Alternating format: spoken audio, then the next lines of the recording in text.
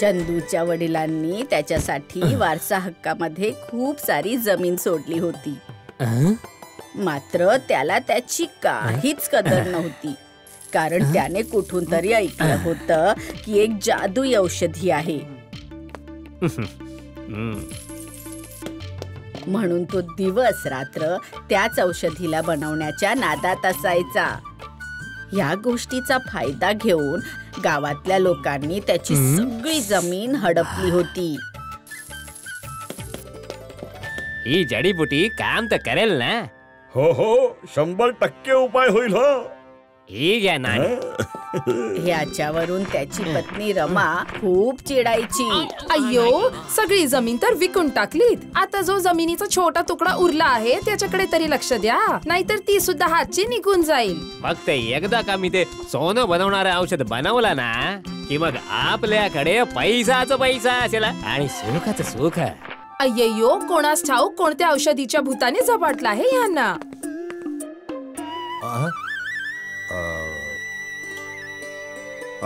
भिक्षान देही, भिक्षान देही. प्रणाम महाराज. या महाराज या, विराजमान व्हा.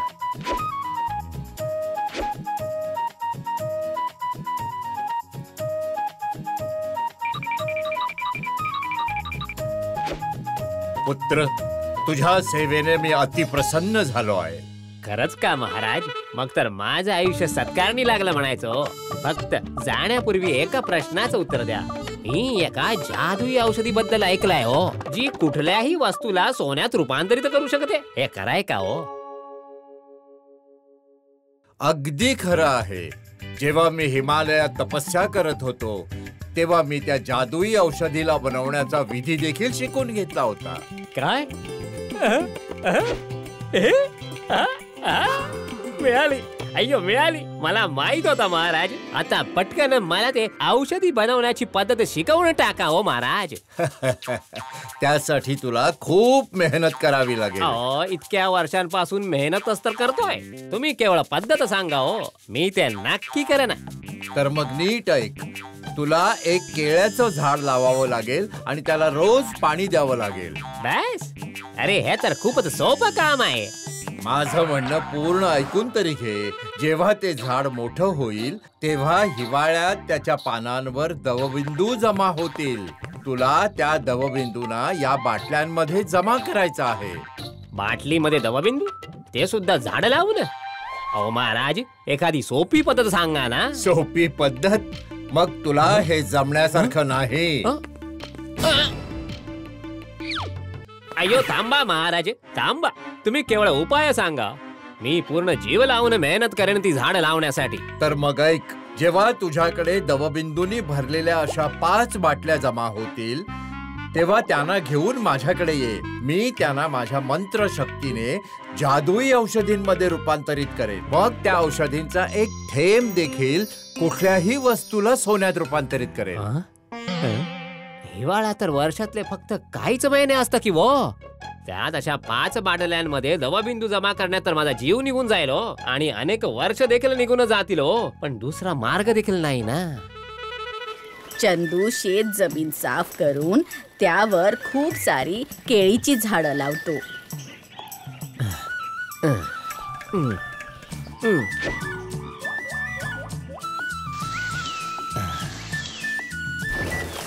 आणि दिवस रात्र त्यांची काळजी खूप छान पद्धतीने घेतो. मग वादळ येवो की जोरदार वारा, अखेर त्याच्या मेहनतीचं चीज होतं. आणि झाडांवर खूप सारी केळी लागतात. अय्यो, तुमच्या मेहनतीची फळं बघा केवढी आली आहेत. आता घरात चोहीकडे सोनच सोनं असेल ग. सोनं? पण केळ्याचं सोन्याशी काय संबंध? केळी? अगं वेडे, मी केळींबद्दल नाही ग, तर केळीच्या पानांवर जमा होणाऱ्या दवबिंदूंबद्दल बोलतोय. यामुळेच तर सोनं बनवणारी औषधी तयार होईल ना, असं त्या साधू महाराजांनी म्हटलं होतं का. अय्यो, हे सगळं तुम्ही केळ्यांसाठी नाही तर दवबिंदूसाठी केलं. आता तुम्हाला जे करायचं असेल ते करा. आधी मला ही केळी आणून द्या, जेणेकरून मी बाजारात जाऊन ती विकू शकेन.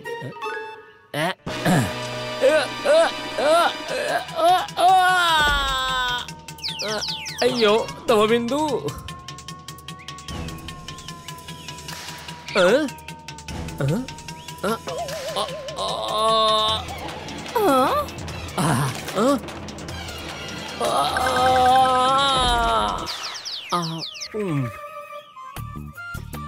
अय्यो तुझ्या नादात माझं नुकसान झालं. आता आधी मला दवबिंदू जमा करू देत.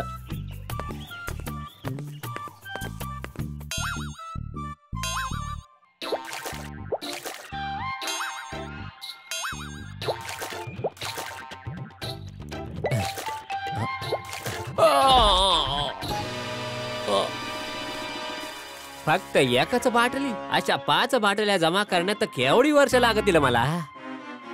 तुम्ही दवबिंदू जमा करत बसा, मी चालली केळी विकायला.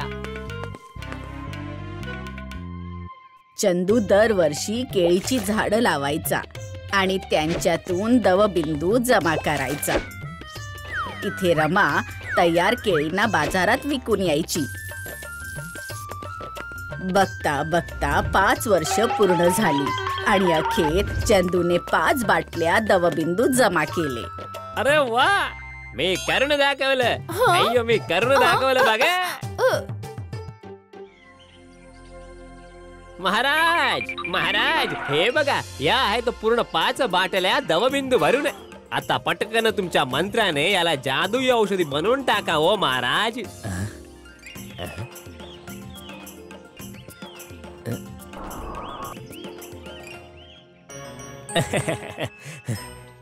अय्यो आता चल पटकन सोन्याची थाळी बन बघू.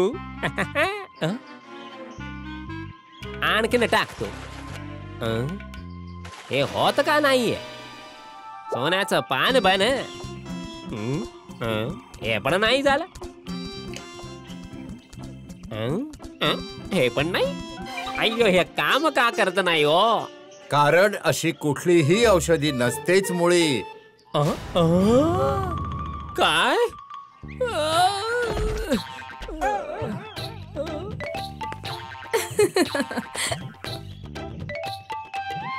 ही तर फसवणूक आहे महाराज. तुम्ही आमची 5 वर्ष वाया घालवलीत की हो. अय्यो रमा, तू इथे आणि हे काय आहे ग? बघा. अय्यो इतकी सारी सोन्याची नाणी. हेच ते सोनं आहे ज्याच्यासाठी गेली 5 वर्ष तू सतत मेहनत करत होतास.